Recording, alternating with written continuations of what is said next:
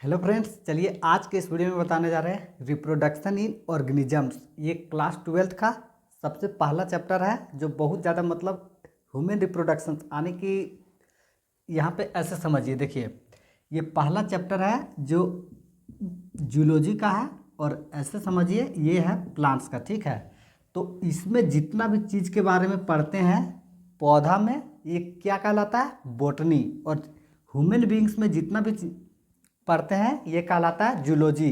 तो ये दोनों मिला करके बन जाता है बायोलॉजी। ठीक है, तो यहाँ पे इसी के विषय में चर्चा करेंगे कि सबसे पहला जो है रिप्रोडक्शन। ठीक है, तो रिप्रोडक्शन इन ऑर्गेनिजम्स, नाम से ही पता चल रहा है रिप्रोडक्शन मतलब क्या होता है, इसका जो है ये जनरेशन बढ़ना। ठीक है, अब ये जाकर के फर्दर इस तरह से अपना संख्या को बढ़ा रहा है, तो सेम कंडीशंस को ही बोलते हैं रिप्रोडक्शंस। तो यहाँ पे समझते हैं कि रिप्रोडक्शन क्या होता है और कितने टाइप्स का होता है। एक होता है सेक्सुअल रिप्रोडक्शन, एक होता है असेक्सुअल रिप्रोडक्शन। तो प्लांट्स में जो होता है ये पौधा के कैटेगरी में ये अधिकतर होता है असेक्सुअल रिप्रोडक्शन, और सेक्सुअल रिप्रोडक्शन जो होता है ये इसमें होता है। अब यहाँ पे समझते हैं कि सेक्सुअल रिप्रोडक्शन और असेक्सुअल रिप्रोडक्शन ये दोनों में एक दूसरे से अलग क्यों होता है। ठीक, तो यहाँ पे सबसे पहला नंबर पे देखिए ये डेफिनेशन बन जाता है सेक्सुअल रिप्रोडक्शन, और दूसरा नंबर पे बन जाता है असेक्सुअल रिप्रोडक्शन। ये बहुत बार एग्जाम में आता है सवाल, इसको डायरेक्टली नहीं तो इनडायरेक्टली करके सवाल दे ही देता है। देखिए, सेक्सुअल रिप्रोडक्शंस में यहाँ पे आप बेसिक डिफरेंस याद रखिएगा, तो ये से समझिए। ठीक है, यहाँ पे दो ऑर्गेनिजम्स का जरूरत होगा विथ अपोजिट सेक्स ऑर्गन। ठीक है, अब पूरा अच्छे से बताएंगे। और असेक्सुअल रिप्रोडक्शंस में यहाँ पे एक का जरूरत होता है। अब सेक्सुअल रिप्रोडक्शन जो होता है ये यहाँ पे ध्यान रखिएगा, ये स्लो प्रोसेस होता है, और ये जो होता है ये यहाँ पे फास्ट प्रोसेस होता है। ठीक, तो असेक्सुअल रिप्रोडक्शंस में एक बहुत इंपॉर्टेंट आ जाएगा, इसको बोलते हैं क्लोन। ठीक, इसके विषय में भी अभी चर्चा करेंगे। अब इसके बाद देखिएगा asexual reproduction, sexual reproduction asexual reproduction का बेसिक डिफरेंस बात करते हैं। ठीक, देखिए सेक्सुअल रिप्रोडक्शन जो होता है यहाँ पे दो का ज़रूरत हो जाता है। ठीक है, अगर मान लीजिए हम मेल है, ठीक है, लड़का है, तो हमको चाहिए कोई लड़की चाहिए। ठीक, तो हम लोग दोनों मिला करके जो बनाएंगे, तो यही डायग्राम जो रिप्रेजेंट कर रहा है ये 3-4 दिन से यही डायग्राम शो कर रहा है। ठीक है, तो यहाँ पे देखिए कंडीशंस क्या होता है। अब हमारे साथ जो फीमेल आएगी, ठीक है, जो लड़की आएगी, और तो हम लोग दोनों का विचार क्या होना चाहिए? सेम होना चाहिए। अगर मान लीजिए किसी में से मन चेंज रहेगा तो इसके वजह से क्या होगा? फर्टिलाइजेशन कभी भी पॉसिबल नहीं होगा। जैसे कि यहाँ पे बात से समझ में नहीं आएगा, लेकिन यहाँ पे डायग्राम से समझ में आ जाएगा। देखिए ये डायग्राम कहाँ पे है, ये पार्ट जो रहेगा ये फीमेल के बॉडी पास रहेगा। ठीक है, ये नीचे वाला हिस्सा है, ये ओवरी है, टेस्टिस है, सॉरी टेस्टिस बोल रहे, ये ओवरी है फीमेल रिप्रोडक्टिव ट्रैक्ट का। तो यहाँ पे इधर तो यहाँ से तो स्पर्म हमको यहाँ तक पहुँचाना है। ठीक है, स्पर्म कहाँ तक पहुँच सकता है? यहाँ तक फाइनली वो पहुँच जाता है, तो स्पर्म हम यहाँ तक पहुँचा सकते हैं। ठीक, मैक्सिमम मेरे पास इतना ही कैपेसिटी है। लेकिन याद रखेगा कि फीमेल को भी यहाँ से क्या करना पड़ेगा, ये ओवम को रिलीज करेगी, और ये ओवम को यहाँ तक पहले जा करके इसको यहाँ पे पहुँचाने का भी प्रोसेस होता है। जैसे कि मान लीजिए, अगर मान लीजिए किसी का पीरियड्स हुआ, ठीक, महीना हुआ, एमसी हुआ, तो एमसी के अगर जैसे ही 3 से 5 दिन उसका नॉर्मल क्या होता है, अंत होने का रहता है, और उस दौरान 1-2 दिन के बाद जस्ट हमारे साथ आ जाएगी वो, तो ये क्या होगा? फर्टिलाइजेशन का पॉसिबिलिटी वहाँ पे बिल्कुल भी नहीं होगा।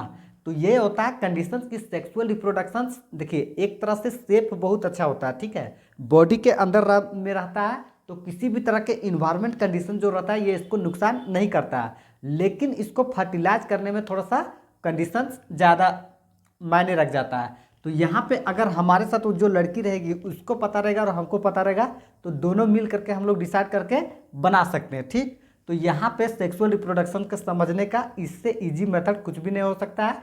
तो फिर चलिए आगे बढ़ते हैं कि ये होता क्या है। देखिए ये स्लो होता है। ठीक है, आने की स्लो मतलब, देखिए यहाँ पे स्लो प्रोसेस का कहने का मतलब ये है कि बहुत सारा चेंजिंग आता है सेक्सुअल रिप्रोडक्शंस में, जबकि असेक्सुअल रिप्रोडक्शंस जो रहता है यहाँ पे बहुत ज़्यादा चेंजिंग नहीं आता है। तो यहाँ पे ध्यान रखिएगा कि वेरिएशन जो होता है ज़्यादा होता है, और यहाँ पे वेरिएशन थोड़ा कम होता है। तो वेरिएशन कम होने के वजह से ही इसमें एक टर्म आता है जिसको बोलते हैं क्लोन। ठीक, अब यहाँ पे स्लो होता है और ये वाला पे फास्ट होता है। इसमें फास्ट हो जाता है तो इसमें वेरिएशंस का चांसेस बहुत कम आता है। अब देखिए असेक्सुअल रिप्रोडक्शन में यहाँ पे सिंगल और यहाँ पे डबल, इसको एक्सप्लेन किए थे। अब क्लोन जो होता है ये टर्म जो है ये बहुत ज़्यादा इंपॉर्टेंट है, इसको ध्यान रखिएगा। ठीक है, सबसे पहला तो ये दोनों बहुत इंपॉर्टेंट है, क्योंकि बोर्ड एग्जाम हो, सीबीएसई बोर्ड हो या फिर मान लीजिए नीट एग्जाम है, तो इसको डायरेक्टली इनडायरेक्टली करके क्वेश्चन कर देता है। जैसे कि सेक्सुअल रिप्रोडक्शन का एग्जाम्पल बताते हैं, ह्यूमन बींग्स है या एनिमल्स है, डॉग है, एलिफेंट है, ये सभी सब क्या करेगा, सेक्सुअल रिप्रोडक्शन। अब असेक्सुअल रिप्रोडक्शन में बात करते हैं, एल्गा का जो प्लांट्स होता है, फंजाई का जो प्लांट्स होता है, ये सभी क्या हो जाएगा, असेक्सुअल रिप्रोडक्शन में आ जाएगा। ठीक है, तो जब हम चैप्टर के पूरा डिटेल से बताएंगे समरी करके, तो उस समय हम पूरा सारा चीज़ इसमें एक्सप्लेन करेंगे। यहाँ पे बेसिक जो है टर्मिनोलॉजी के डिस्कस कर रहे हैं, तो पहले उसी के करते हैं। ठीक, देखिए क्लोन क्या होता है। ये क्लोन जो होता है ये वर्ड बहुत बार एग्जाम में मिलेगा। ये नीट के एग्जाम में अधिकतर बार मिलता था और नीट से ज़्यादा एम्स के एग्जाम में ये मिलता था। क्लोन मतलब होता ये है कि जेनेटिकली और मॉर्फोलॉजिकली, यानी कि जो बाहर का स्ट्रक्चर होता है वो और जो इंटरनल स्ट्रक्चर होता है ये, यानी कि दोनों स्ट्रक्चर जिसके पास क्या होगा, सेम होगा, दो स्ट्रक्चर इंटरनली एक्सटर्नली, तो जेनेटिकली मॉर्फोलॉजिकली सिमिलर होगा अपीयरेंस में, तो इसी को बोलते हैं क्लोन। और ये ज़्यादातर देखने को किस में मिलेगा, ये प्लांट्स में मिलेगा, यानी कि पेड़ पौधा में जो देखिएगा उसमें बहुत कम वेरिएशन देखने को मिलता है, तो वो क्लोन वर्ड उसी में ज़्यादा मिल जाता है। ये सेक्सुअल रिप्रोडक्शन में रेयर केस का नहीं के बराबर रहता है। तो यहाँ पे हो जाता है रिप्रोडक्शन का एक बेसिक डिफरेंस। अब बात करते हैं रिप्रोडक्शन का फेजेज। ठीक है, तो रिप्रोडक्शन का जो फेजेज होता है ये 3 फेज में हो जाता है। एक हो जाता है फर्टिलाइजेशन का, यहाँ पे आ गया। ठीक है, तो उसमें कोई बड़ा बात नहीं। ठीक, प्री रिप्रोडक्शन, प्री फर्टिलाइजेशन, एक होता है फर्टिलाइजेशन, और तीसरा नंबर पे हो जाता है पोस्ट फर्टिलाइजेशन। देखिए यहाँ पे क्या फर्क होता है इसको समझिए, ये है प्री और यहाँ पे पोस्ट। ठीक है, इतना ही पे ध्यान रखिए, ये फर्टिलाइजेशन यहाँ पे हो जाएगा क्लियर। देखिए प्री फर्टिलाइजेशन मतलब ये बॉडी है। ठीक है, अगर मान लीजिए ये मेल का बॉडी है, अब इसमें प्री फर्टिलाइजेशन, और ये मान लीजिए फीमेल का बॉडी है, तो इसमें भी गैमेट्स बनेगा और इसमें भी गैमेट्स बनेगा। यहाँ पे जो गैमेट्स बनेगा फीमेल के अंदर इसको बोलते ओवम, और जो मेल के अंदर बनता है इसको बोलते स्पर्म। ठीक है, अब ये मेल के अंदर बनता है, जैसे हमारा शरीर में बनेगा, तो ये कहाँ पे रह जाएगा, मेरे ही शरीर में। अगर यहाँ पे कोई खड़ी है लड़की, इसका शरीर में बनेगा, तो ये कहाँ पे रह जाएगा, यहीं पे। अब इसको फर्टिलाइज करने के लिए दोनों को एक दूसरे से मिलना होगा, तो सेम कंडीशन इसको यहाँ पे इसके पास मिलना होगा। तो ओवम क्या है, ये स्टेशनरी है, ये फीमेल के बॉडी में ही रह सकता है, लेकिन ये वाला स्पर्म जो रहता है ये क्या कर सकता है, ये मूव कर सकता है। मतलब अधिकतर जो केसेस होता है इसका बता रहे हैं। मतलब अगर आपको चाहिए बहुत अलग मेथड से, जैसे आप चाहते हैं कि मेरे से किसी भी कंडीशन में हम किसी के साथ नहीं रिलेशन बनाना चाहते हैं, लेकिन हमको ज़रूरत है, तो आप लेबोरेटरी का इस्तेमाल कर सकते हैं, मेडिकल स्टोर से ये सब में मिल जाता है लैब में। ठीक है, तो यहाँ पे जनरल चीज़ समझाने की कोशिश कर रहे हैं, क्योंकि मेरा जो टॉपिक है इसको क्लियर करने का कोशिश कर रहे हैं। ठीक है, तो प्री फर्टिलाइजेशन में ये हो जाता है गैमेट्स का फॉर्मेशन सबसे पहला, और इसके बाद गैमेट का यहाँ से यहाँ जाना, ट्रांसफर हो जाना। ठीक है, अब फर्टिलाइजेशन में होता क्या, देखिए यहाँ पे जागोट बन जाता है। अब जागोट जो बनता है ये दो चीज़ का फ्यूजन से बनता है। ठीक है, यानी कि एक मेल गैमेट और दूसरा फीमेल गैमेट, दोनों मिला करके क्या बन गया, जागोट। अब जागोट का जो फर्दर डेवलपमेंट होता है इसको बोलते हैं एम्ब्रायोजेनेसिस। तो ये वाला जो टर्म आएगा जागोट और एम्ब्रायोजेनेसिस, ये किसके अंदर आ जाएगा, पोस्ट फर्टिलाइजेशन के अंदर, और प्री फर्टिलाइजेशन के अंदर आ जाएगा गैमेटोजेनेसिस और गैमेट ट्रांसफर। तो यहाँ पे बहुत ज़्यादा डिफरेंस था, जो कि बहुत ज़्यादा इम्पोर्टेंट भी था। अब देखिए बात करते हैं कि नेक्स्ट वेजिटेटिव प्रोपगेशन क्या होता है। और वेजिटेटिव प्रोपगेशन देखिए उसमें जनरल एक ऐसा है कि जो मतलब पहले से रहता है वो ख़त्म भी होता है और एक नया से उसमें ग्रोथ आते रहता है, उसी को बोलते हैं वेजिटेटिव प्रोपगेशन। लेकिन उसका डेफिनेशन उतना ज़्यादा इम्पोर्टेंस नहीं है। तो यहाँ पे बात करते हैं यूनिसेक्सुअल और बाइसेक्सुअल, ठीक। तीसरा नंबर पे यूनिसेक्सुअल और चौथा नंबर पे बाइसेक्सुअल।